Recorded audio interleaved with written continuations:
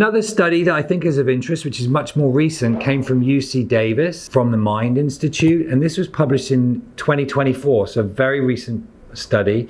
They also did a study in 2011 looking at exactly the same things, and some of the data was quite similar. Their sample size was much lower. It was only 1,605 children, and these are children they followed when a child with autism was going in for services.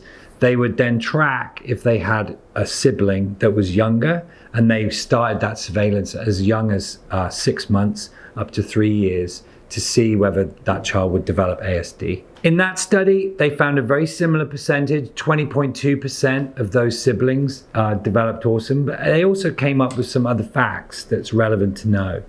Firstly, if you've had more than one child with autism, i.e. multiple siblings, the chances of the child having autism is much higher, around 37%. And they also found a correlation that if the first child was a girl, that the chances are that if your next child is a boy, that the chances of having autism in that child may be as high as 50%. So these are also very important numbers for families to consider when looking at these studies.